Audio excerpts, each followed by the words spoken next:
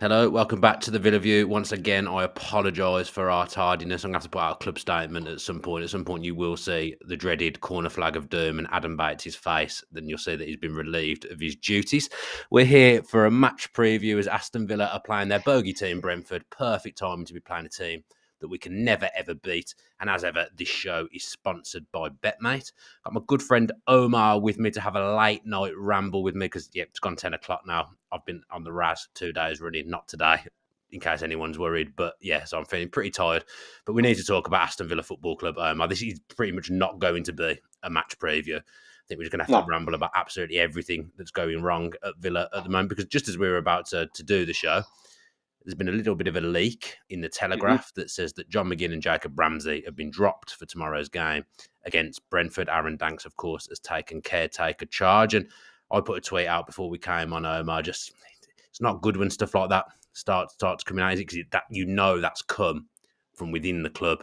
And there's already enough problems going on at Villa at the moment without those kind of things coming out as well. Now, I think it's quite standard that the press would generally know the Villa team.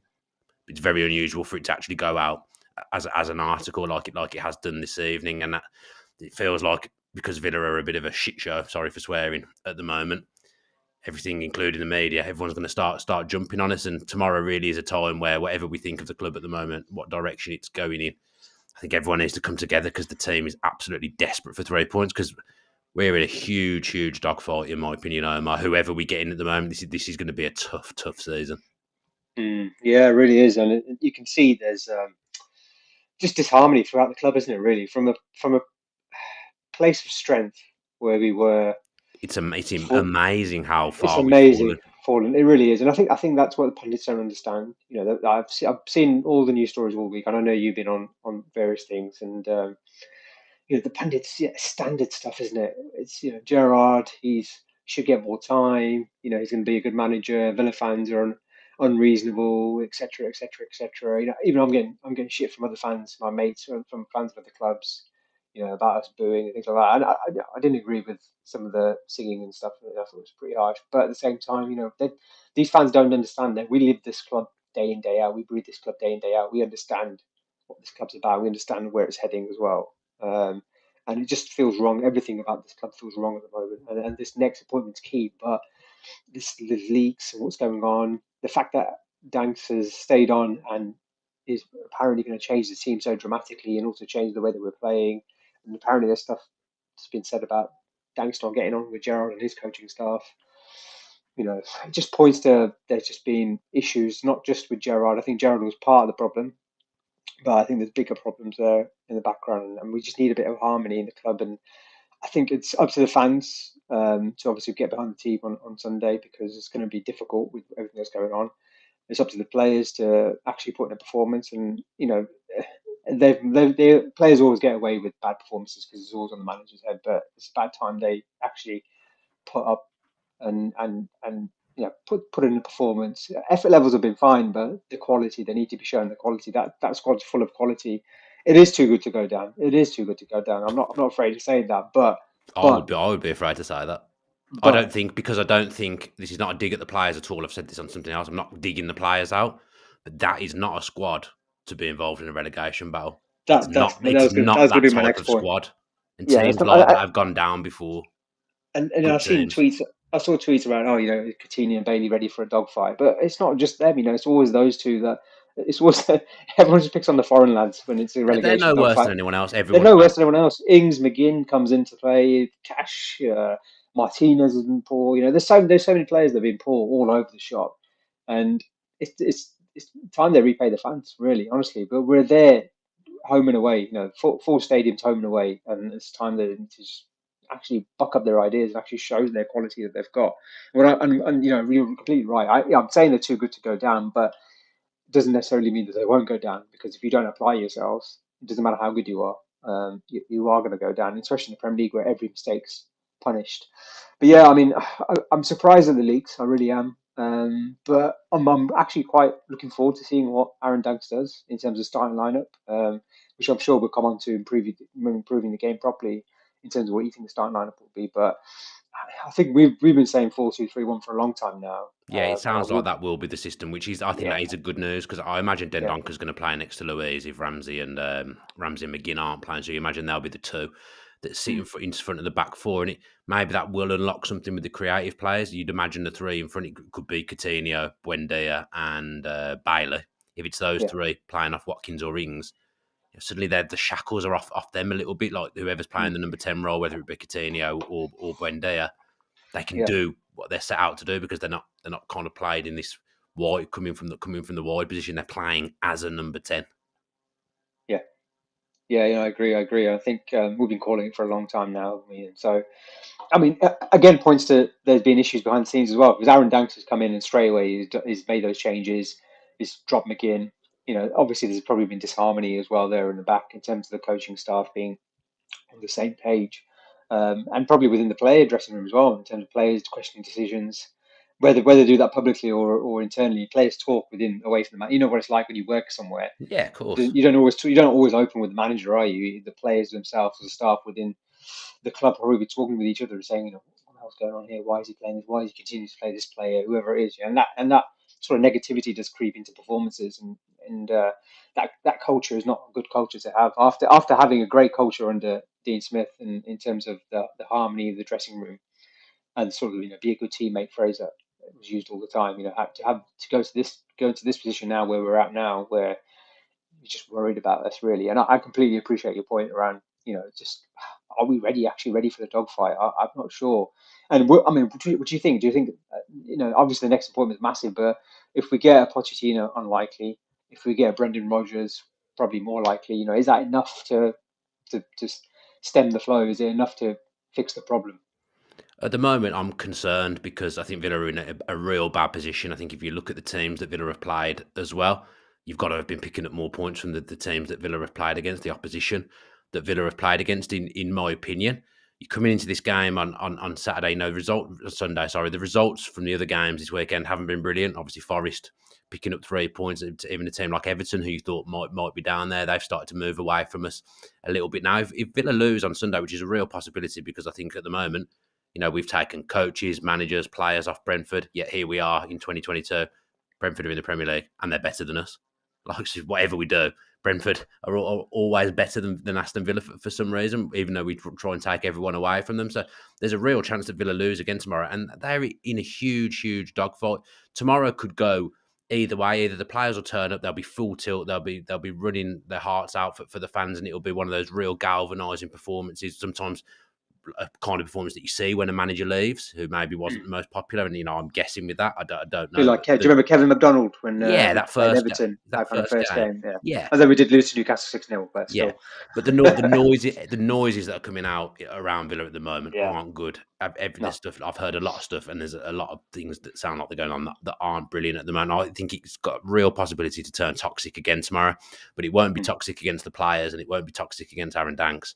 Persloh's the man in danger of getting into the fans Well, tomorrow. 100%, If Villa go 100%. 2-0, 3-0 down, Perslow will get it both barrels from Villa Park tomorrow. And Absolutely. so Now, and so he should, honestly, so he should. he's done I'm a sorry lot to of say good. it. He's He's done done a a lot lot of of good good. for the club, but the last year has been a car crash for Villa. Now you can't I dress don't. it I up mean, any other way. I put a tweet out, and I didn't mean Fezler should go at all. But I was saying, will he be impacted by what's happened? And what I mean by that is in terms of his responsibilities, roles and responsibilities. He's been so integral to what we've done, and you're right. He's done a lot of good. He's done a lot of good in terms of the commercial side, He's in so terms of heavily involved in the stadium so plans and heavily things like that. stadium plans, the strategy, the logo, everything that goes on behind the scenes. He's obviously the owner's man on the ground, and he's done a lot of good, and he's an excellent operator. I have no doubt about that. But his influence on the footballing decisions is a big issue for me. It has been a big issue for me for a long time. And if you look at wider in terms of Suso, in terms of the players we signed in that season, in terms of actually their sell-on value, then you look at just the good thing we do with Jack in terms of the £100 million. That's definitely a positive because we got good money for him. But then you look at since what's happened there, all the footballing decisions, Langer, McKenzie, their influence, their relationship with Gerrard, hiring Gerrard, all this stuff. And I said it on my pod, I said, hiring Gerrard was like, having a Formula One car and putting all the engine, everything in place, and then hiring me to drive it. That's basically what we did with Gerrard. We built this expensive squad. We spent a lot of money. We've tried to act big, and then we hired a rookie to manage it and take it forward with no experience of doing it. And that, if that was any other business, the CEO, the person in charge of making the decision would be looked at. And I'm not saying he should lose his job or anything like that. Not at all. Actually, I No. think he's done a lot of good. But I think we need to have a sort of cradle to grave review, back to basics, and strip it right down and say, actually, self-reflect. This is what we've done over the last 24 months, whatever it is. This is the bad steps. This is how we need to improve. And it's going to be a nothing season, I'll regardless take a of what nothing happens season now. though now Oh because yeah, a nothing 100%. Yeah, season means obviously Villa are in the Championship. I've seen people say, oh, is it the right time to change Langer or McKenzie or the way the footballing strategy in the background? I think actually now is the perfect time because the manager is going to be so important for us staying up now. 100% because he needs to get something out of these players. He's going to come into a squad where it's going to be unbalanced. They're not going to have any wingers. The midfield's not right. There's long-term injuries to two of our key players. So it's going to be difficult for any manager who comes in. So in terms of what happens behind the scenes, I don't think it's going to influence that things too much. But over the longer term, if we can manage to stay up, then longer term, in the next 2 or 3 years, it's going to have a massive impact. So I think that root and branch approach needs to be taken 100%. Trouble is, there's absolutely nothing close with the manager at the moment, and Villa delayed Steven Gerrard so long that they've actually weakened their position now because we're near the bottom of the league. We're not as attractive proposition as we were a month ago when the season was in its infancy. It's now the league table starting to take shape. You're realising what kind of season teams are going to have, and Villa aren't as attractive as they were a month ago now. Pretty much from probably day one this season against Bournemouth, which was a terrible day for the football club, that first game of the season, because all the feel good just sapped straight away. It was pretty clear that I don't think Gerrard was going to get it right. Even in the next game against Everton, they won, but it wasn't convincing. The only other win they've had since then is Southampton. That wasn't convincing. They've toiled through almost every game, picked up points here and there, and it's not been good enough. But because they've delayed this decision so long, they're not in a strong position to get a manager in now. They've obviously spoken to, I think, 2 or 3 different managers, but there's absolutely nothing close at the moment. And I could not tell you.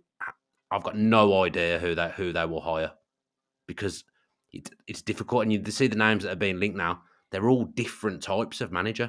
I think everyone's dream would have been Poch, but he's not going to touch a team that's going to be battling against relegation. He's not going to work Do you in a know what it reminds relegation me of? dogfight.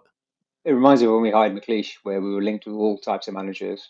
Was it Martinez, wasn't it?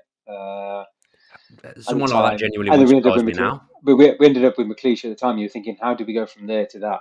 It didn't make any sense, and it's the same again now, where you just don't know which way we're going to go. But it just baffled me. I saw tweets from sort of pundits and things like that saying, "Oh, Villa have acted early by sacking Gerrard." And obviously, the way They we did it haven't. was controversial, but it's not. We've known from weeks. To be honest, I've known since the Bournemouth game. I've probably known since last year. I've probably known. We've all quite a few of us have probably known since we hired him. Let's be honest. Well, We I were all just thought worried about it. pre-season would be this big change. I thought they looked okay in pre-season. I thought things were starting to head in the right direction, and they've made a couple of what I thought were good signings at the time in Carlos and Kamara. I thought, right, they've solved 2 problems there. I thought it was going to be a positive season, but straight away in that Bournemouth game, I thought, we're in trouble That here. was big. Yeah, This is exactly the same. I remember the Crystal Palace away game, just sitting there, just thinking, I was there. Honestly, it was this is horrible. worse than last season. We're in trouble. Yeah, We are in big trouble. Even the that was Southampton win. that was the point though in the Crystal Palace game for me where that was the one where I really turned. And I don't understand why we've not been like Pochettino. I think if we went from like 3-4 weeks ago, when we should have, then I think it may have been a different story. He may have Yeah, been a little bit more convinced. But I now it's agree. quite obvious the easy games are gone. The games where we should be picking up points are gone. It's going to be a tough old period now before the World Cup and post the World Cup as well. And any manager coming in is going to be worried. What's it going to be like? Are we going to be able to stay up? Are these players ready? With the injuries as well, it's going to be difficult for anyone coming in. And I don't know if you saw Beale's comments on Talksport. This I is don't the know what you bit made. I said at the start of the show of people like starting to jump on it, Yeah, Villa and now the team to come and have a pop at in the press. yeah, Some of what Beale said was probably fair, but there's also still an element of it that he's got loyalty. I mean, he said it himself. His loyalty is with Steven Gerrard and the people that have just left the football club. He's not going to come out and say Gerrard was doing a bad job. I've spent my whole last 2 weeks, it feels like, defending Villa fans on BBC, on Talksport, on Sky, because the way people are talking about us is like we expect too much, we're unreasonable. If anyone has watched Villa this season, I don't think the expectations of the fan base are unreasonable at all. Villa have been absolute dross this season. It's been dreadful. Even the games they've won, they've been absolutely terrible. I think I got no enjoyment out of that 1-0 win against Southampton. Yeah. I sat there afterwards with all my mates, and no one was talking. The atmosphere was just dead. You just won a game on a Friday night. Mm. Everyone's dead. Everyone just wants to go home. And at the moment, I think there's a lot being talked about Villa, and I feel like the Villa fans as well. Like I said to you before we came on, like I probably shouldn't even say this, but I'm going to do it anyway. I did the B5 live last night. Glenn Hoddle was defending Gerrard, saying he should have been given more time, and I heavily disagree with that. I think he's been given too much time. I said that. He wouldn't speak to me for the rest of the podcast. Every time I was talking, he was just shaking his head like that, and I just think that's not a fair reflection on the Villa fans and what's happening at the moment. Villa fans deserve better than what they had, and it's not just Gerrard. I will say that decisions that have been made over the last 12 months, that's not all on Steven Gerrard. And if he wasn't equipped for the job, ultimately that's probably not his fault. He's been hired to do a job. If he's not good enough to do it, then he shouldn't have been hired in the first place. And there's just everything that's coming out is bad noise at the moment. It's this weird mentality, isn't it, in the media as well, where it's, if it was any other player, if it was another ex-Liverpool player who wasn't English or they wouldn't be. wasn't It's being Barcelona, defended because it's Steven Gerrard. Yeah, if it was like a Marco Silva or someone, a foreign manager coming in, you've seen the stuff with the Sporting Lisbon manager that's been linked, and the stuff's going to be coming out about him, like Glenn Murray and stuff, saying, what has he done? He's won a league that's a lesser quality than the Premier League and things like that. And it's just ignorance more than anything else. These people. I get that, but do you not think in some respects, like, I know every managerial appointment's a risk, but an appointment like that is a huge risk? Yeah, of course. I get the least risky appointment Villa could make, and I'm not saying I want him. I'm not advocating that Villa appoint for one second. The least risky appointment Villa could make at the moment is Sean Dyche. I think you could have said that. Honestly, yeah, I know. But it's not that. It's if you have good footballing people like Lange, who's supposed to be this. Is the rest of the setup built strong enough for someone like that to come in? I'm not convinced it is at the moment. But that's what you need. You need that setup. You need that process in place where you can change managers if you have to, and it's seamless. And we haven't had that. We've gone from Dean Smith to Gerrard. It's a completely different philosophy, different way of playing, and that is the issue that I've got. Is in short term we might get a good manager like Dyche or Rodgers or whoever it is, even the Sporting Lisbon manager will come in and do a job and get us to safety. But actually, longer term, how do we move forward? And it needs to change from behind the scenes as well. And I don't know. I think it's a difficult one. I think as we as Villa fans, we know the pulse of the club. We know what's going on, and we get a good feeling. And I like pundits who they'll watch us one game out of 15 and make a judgment based on that. Whereas we watch the games every day. We see the players. We know when a player is playing well, or we know when a player is playing badly, or we know when something's not right on the pitch. We know if the formation isn't working, or we know when a formation is not getting the best out of a player, etc., etc. Because we see it day in, day out, and we study this game, and more so than ever because of social media, because of the internet. Compared to when we watched football when we were growing up in the '90s, where you just go to the games and that was it, and you were just really happy and glad to be there. And as much information you got was probably teletext. Now you get so much information, so much data as well. That actually fans are really well informed. You look at some of the pods and some of the stuff that's come out about the managerial options that we've got, stuff about Gerrard's tactics. All that kind of stuff is fan led, like Tifo football and all that kind of stuff. It's all fan led stuff that's come out. This is all fans doing it, not professional pundits. Pundits are actually probably the worst. Not all, but most of them are the worst because they don't watch games. They don't understand football. They turn up and they just speak cliches for 45 minutes and expect to be paid well for it. And whereas fans don't get the credit they deserve. Not all fans, obviously. There's fans who are reactive and emotional, and I get that. But a lot of fans, I think, speak with rational sense and actually have a bit of knowledge about their club compared to what it was before. And I think pundits should take time to listen to the club. But speaking more on the club on tomorrow's game, I think it could go one or two ways, couldn't it? It could be like a galvanising performance, as you say, and the fans get behind the team and the players put in a shift, or it could be the opposite. We could get absolutely battered. I really don't know. I'm honestly concerned. I feel like it's the worst team we could be playing as well because we just can't. We've never been able to do anything against Brentford. They'll be coming here. They'll be relishing Villa Park tomorrow, Brentford. Absolutely relishing. They'll come here and absolutely fancy the chances. but backing Aaron Danks heavily tomorrow, and everyone to go there and absolutely get behind Aaron Danks. But it's a tough ask for him. Yeah. He's never been a manager. Your first game you're ever managing is in the Premier League for a team that's in absolute freefall. If those one positive, I suppose, if those team selection things that have been in the press tonight, they will be true. They'll absolutely be true. Otherwise, they would the Telegraph wouldn't have run with it if it wasn't true. He's made a bold statement there. But again, that can, he's been strong. If they're the decisions he's made, they're strong leadership decisions, whether they go bad or whether they go good. They're strong decisions, aren't they? But he's not been a manager before, and he's not been a Premier League manager before. And it's a huge ask for him to run that team tomorrow against Brentford, a team that, I feel like they're quite an established team, Brentford in the Premier League. Now I know they've only been in there a year and a bit, but they're not going to go down anytime soon, Brentford.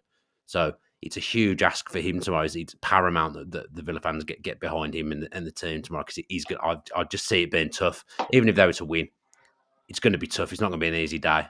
I sound like Steve and Gerrard, but there's going to be suffering tomorrow. We need to roll our sleeves up, don't we? Yeah, it's going to be really, really difficult, and I'm so worried. I'm concerned about the football club in general at the moment. On Thursday, in the away end, I was stood there. I was very upset, but also it was the closest I've felt to like 2015-16 season for a long time. And I just feel at the moment now, Villa have gone, we've been in the Premier League, this is our fourth year in the Premier League now. I feel like we've gone back to when we first arrived in the Premier League almost now. I feel like we're back at that point because we're not good enough. At the moment, I didn't think we were good enough then, and we just about got ourselves over the line. But do you know what I mean? How do you think the owners feel? We've managed to just go completely backwards and put ourselves back at the point we were at when we first came back into the Premier League. Except for we don't have Jack Grealish now. And we spent 400 million for the pleasure of being in the same position or being worse off.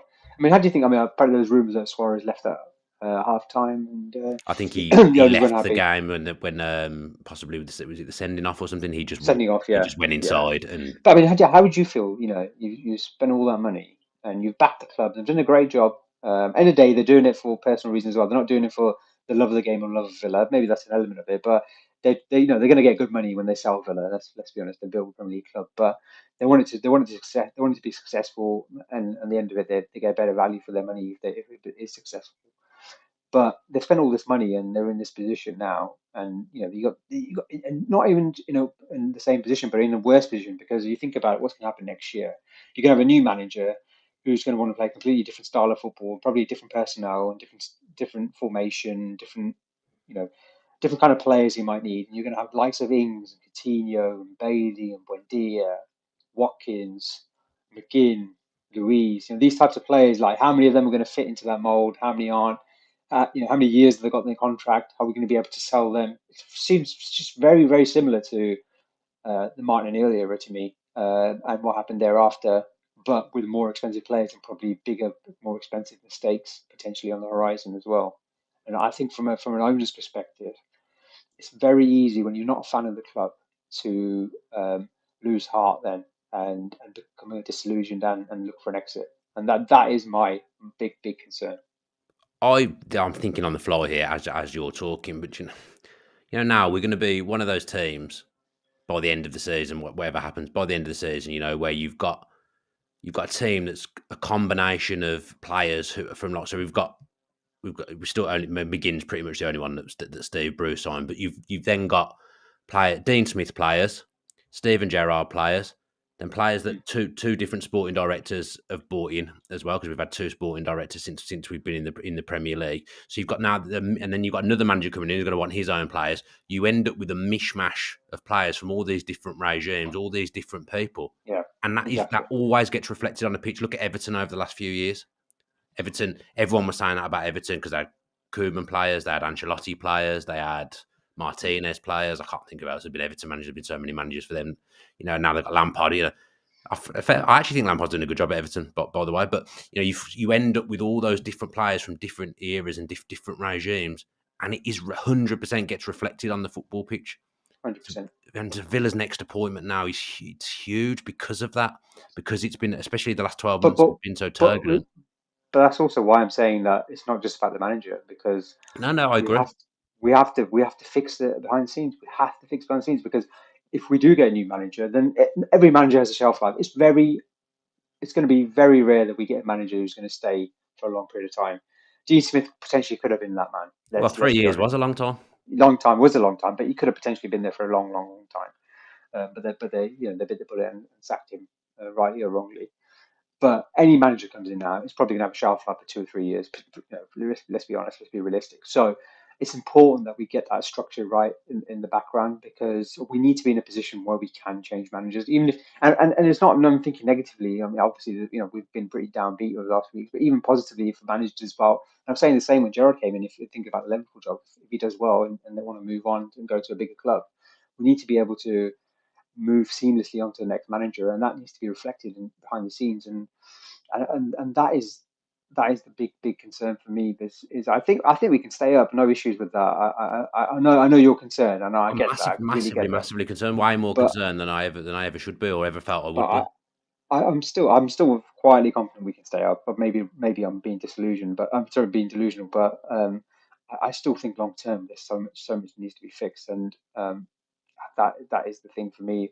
I mean, but let's look ahead to tomorrow's game then, because I feel like we just talk about the same stuff No, all but I the think time. so But much going on at the moment. Almost everything rolls into one anyway. Like I'm so concerned. I'm so concerned. I think what's going to happen now is this is personal opinion. I'm not basing it on anything, but it wouldn't surprise me if we just limp towards the World Cup now with what we've got in terms of Danks being in charge and try and get the manager sorted during that break. I think they're going to find it so difficult to get a again, manager. that's poor, isn't it? Come on, I mean, And look at they must have Wolves. known. They must have known for a few weeks, like Well, they're Wolves going to knew, and sack. they had managers lined up that they thought could come. They'd done their due Yeah, diligence on people, and then they yeah, don't true. happen. You know, Mm, Villa might have thought that they'd be able to throw all the money in the world at Poch and he come, but if that ends up and he doesn't want it, you're then on to Plan B, Plan C, Plan D, and we yeah, saw we've that's what I seen with worry others. about. Spurs. Yeah. Look at when Spurs first tried to get Conte, and they went through all these different managers. Even Palace with Vieira. Vieira was like Mm, eighth choice or something by the time they got to. It's not easy to get managers, but I'm worried because all the managers I'm hearing linked, they're all different. mm, It's not like it doesn't. I don't. We don't know what's going on. In fairness, like what the remit is for who Villa want to get in, but all the people that are being named, they're all different. And if mm, you're not an attractive proposition where Villa are in the table at the moment. I think that's the big point at the moment. That's not a job that a top manager comes in and takes when Villa are lying 17th. We're pretty much in the bottom three, aren't we? We've got the same points as teams in the bottom three at the moment. That mm, is not an attractive proposition. When you're seeing leaks come out with the team tonight, you look at the collection of players at the moment, they're mm, low on confidence. No real top manager is going to look at that and think they're going to want to come in. I want the club to think big. I want them to make this appointment, get it right, get a really good. Someone like Poch would be a dream. I'd love him to be the manager of Aston Villa Football Club, but I just can't see it happening. And like I said to you, probably feels like about 3 hours ago, like I said to you earlier on in this podcast, at the moment, I'm not advocating it. I'm not saying I want Sean Dyche to be Aston Villa manager, but I think that is the safer kind of appointment. At the moment, it feels lower risk, that does to me, than anything yeah. I think anything I else. think And I've seen a Brendan lot of people Rodgers as well. talk And I'm talk. not a massive Brendan Yeah, Rodgers fan, but that feels like a safer appointment than some of the names that I'm seeing at this current moment in time. I'm not saying they're there for the long haul. I'd love us to make a managerial appointment now that is for the long haul, mm. but I honestly think we could go down this season. Honestly, I just saw someone saying, "Come on, Dan, give me something to feel slightly better about," and you just said, "I think we're going no, to go down." Good no, timing. sorry. uh, but no, I share your pain. 100% share your pain. I think yeah, the managerial appointment is key, and I see why a lot of fans, and I see fans turning on each other a little bit. When people say, "Oh, Remy Gard," about the Lisbon manager and stuff, but I think we've just been burnt before, haven't we? And we've just been through that pain again, and people are just worried, and I think it's understandable. I really do. I think like someone like Gallardo, for example, will be like a really good choice, really good, brave appointment, but also someone with pedigree, albeit not in the Premier League, but someone who understands football and has success and has a track record. But again, it's a risk. Or do you go for someone like Rodgers, who I actually think would be a pretty good manager for us to get, who's sort of end of his shelf life at Leicester, has done well, and was Gerrard slipped away from winning the league. Let's remember, and done well in range, done well at Celtic as well. Will be obviously the SPL. We know what the SPL is all about. Obviously, he'd be a good appointment. I think there's options out there, but I just don't know where they're going to go. I really don't know, and I No, worry. I just I've don't been have asked. I faith. don't I have an just don't answer. have. I don't have faith in the club that they'll pick the right person. Um, and again, it reminds me very much of Cliche. era where I don't feel like the people in the club behind the scenes actually understand the Villa fan base at this present time, understand what the Villa fan base are thinking, understand where the Villa fan base are at. And that was the same with McLeish. There was a real disconnect between what was going on behind the scenes in the Villa fan base and the fact that they went for McLeish and didn't understand what the response would be. I'm just worried it's going to happen like that now. We'll hire someone and everyone will be like, "What the hell? What are you doing? That makes no sense." Um, but I mean, if you were to go for one manager right now, Pochettino aside, because that looks like it's not happening, who would it be? The trouble is, I can think loads of managers. Do one realistic one and one that you in sort of not fantasy land, but in an ideal world you would You go know with. what? I don't have an answer because every manager I can think of pros from. I can also think of negatives. Like, I've been thinking about Brendan Rodgers a lot today. I mean, sound terrible by the way. I've been thinking about Brendan Rodgers a lot today because Leicester are not having a good season, but you could also say the way they've been run behind the scenes isn't brilliant, and he's become a little bit of a victim of that. I think he's got deficiencies as a manager, like he's never ever sorted out Leicester being able to defend or defend set pieces. But he's a good manager who got them to an FA. They won the FA Cup and they finished fifth twice. We as Villa fans would absolutely kill for that. I think any Villa fan would be absolutely delighted with that. So but he's had credit in the bank at Leicester. I think this was the difficulty with Gerrard. There was no credit in the bank because there was never any sign that it was gonna work really, especially in 2022. So I think of Brendan Rodgers and think of pros for him. But I can also think of a load of cons. That's what I'm saying about the safest appointment being someone like Sean Dyche at the moment. I don't like it, but that's just what I feel. I've got I don't no want Dyche. idea who it's going to I be. don't I've want got Dyche. no idea. Yeah, I don't want Dyche. I really like Sean Dyche actually, and I think his job at Burnley gets really underrated because of the tools he had. And actually, I think he would have kept you know, them up actually last season. he would have kept them up. And I think he played all right. I don't think his football. I know it wasn't great, but it was. They were effective, and I think he's obviously he knows football. He's a good manager. But I think realistic one is Rodgers for me, and an ideal one is Gallardo for me. Given what I've read, and I'm not going to sit here and pretend that I've watched River play games. Like obviously, everyone's pretending they've watched Sporting Lisbon games and know everything about. I've watched one I don't Sports in know. Lisbon game. Yeah, I watched about 3 games in the last 3 years. Yeah, that's about it. But everything I've read about Gallardo, everything I've seen, and what other people have said about him and his style, he seems to be the one where you could actually like change a club. Like, you could have a massive impact on the club. And given the South American contingent that we have, Yeah, that was why. That was one uh, of my main things for I think it Pochettino. would. Yeah, and I think this is going back to my point as well. I know you're worried about whether the squad has the mentality to do it, but let's not forget these players like Coutinho and Bailey. They've come through so much adversity in life to get to this position. They are made of strong stuff. People think of footballers as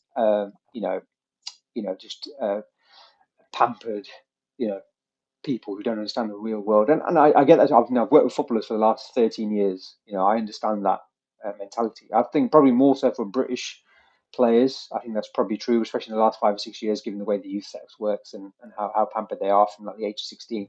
But players like Coutinho has come from the shanty town in Brazil and Rio.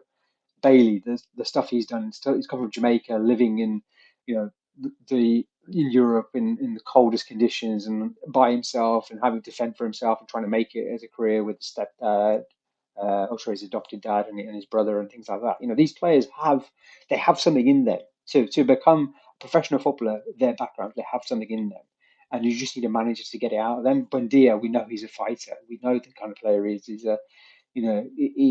He's a bull terrier there sometimes in that midfield. We know he's got it. Watkins, McGinn, these players, Cash, Martinez. We know these players have got the mentality. Mings, Chambers, Konza. We've got these players, and Carlos Kamara will come back in January, hopefully January, February time. Hopefully, I think that there's I've quality heard there, but there's Carlos's also recovery is going really well. By the way, I've yeah, heard yeah, that his exactly. And recovery is there's well pictures on of him track. cycling, isn't there, today? Yeah. So I think the mentality is there as well. I think we just need a good manager to get it out, and that's why I'm confident we can get it out. But my bigger concern is going forward. I think that is more important to me than anything else. And I share your concerns about relegation. We're there, we're in the dogfight, and we're struggling. And these games, the winnable games, have passed us by. But I still think we can get enough points, and there's still Of that the course, there's time. Premier League is so congested this year. There's like 6 points in it between us and eighth or something stupid like that, isn't it? So I think there is, we just need to get a run together. Getting the run together is obviously a lot more difficult than actually doing it. Then I'm saying it is obviously a lot easier than doing it, but I still think there's a lot of quality in there, and there's a lot of there's the right attitude and right personnel there. We just need to get out of them. I've stressed myself out doing this channel sometimes. I've stressed I know, myself yeah. out this evening. Someone put a post. I can't remember what it was. I think it was Adam Sky saying it was like that episode of Walking Dead when he gets battered over the head with a baseball bat. I was like, Big yeah, episode. yeah, Yeah, big yeah, episode. Right, I think we should probably call it. Omar, it's Saturday night after a yeah, wild Saturday night for us two today on the Villa. Well, we've probably spent longer waiting to do the Villa View than we actually spent doing the show. But yeah. yeah, Sorry, guys. Not our fault. no, We well, tried. We yeah, tried. yeah, and then there was a few unforeseen circumstances as well. But Hey, thanks everyone. I'm doing this from East London, mate. Yeah, There's commitment there. yeah, I know. Thank you very much for talking to me today, Omar. I do appreciate it. And thanks to everyone for watching as well. I can see there's 599 people watching at the moment on a Saturday night. Why are you not out? Come on. You shouldn't be here watching the Villa View. Match of days about to start. Isn't it? Or it It's much the started, days actually. about to start. I've been watching football all day. It's literally all I've done today is watch football. But yeah, thanks for tuning in. A bit of a ramble. It's Saturday night as I'm quite tired. We've tried Give to your prediction quick. Give your prediction quickly, Dan, for tomorrow. For Sunday. Tomorrow, yeah, 1-1. tomorrow. 1-1, but that's a kind prediction. I'll go 2-1 Villa. I'd love a win. We just need 3 points any which way that they can do tomorrow. They just need to get 3 points from somewhere. However they do it, just through. I'll take a Southampton type performance for this game now, just to get something on the board. That they've got to get 3 points on the board. Yeah. Oh, I'm worried. But yeah, thanks ever so much for watching. Thanks to BetMate for sponsoring us as well. Don't forget to join the 2 p.m. Sunday pot. You can pick some Villa players in your team if you choose. I think I've put one in my team. Go in our pot. You can win yourself some money. Gamble responsibly. See if you can beat Dolan and myself in that league. You'll probably comfortably do it. And yeah, like I say, a bit of a ramble tonight. We've chewed the fat over as much as we can. It's difficult times being a Villa fan, but yeah, hopefully something gets sorted soon and we have a more clearer idea of who the club is looking to bring in as a manager, and hopefully the ship gets steered in the right direction. I'll see most of you at Villa Park tomorrow, I imagine, up the Villa.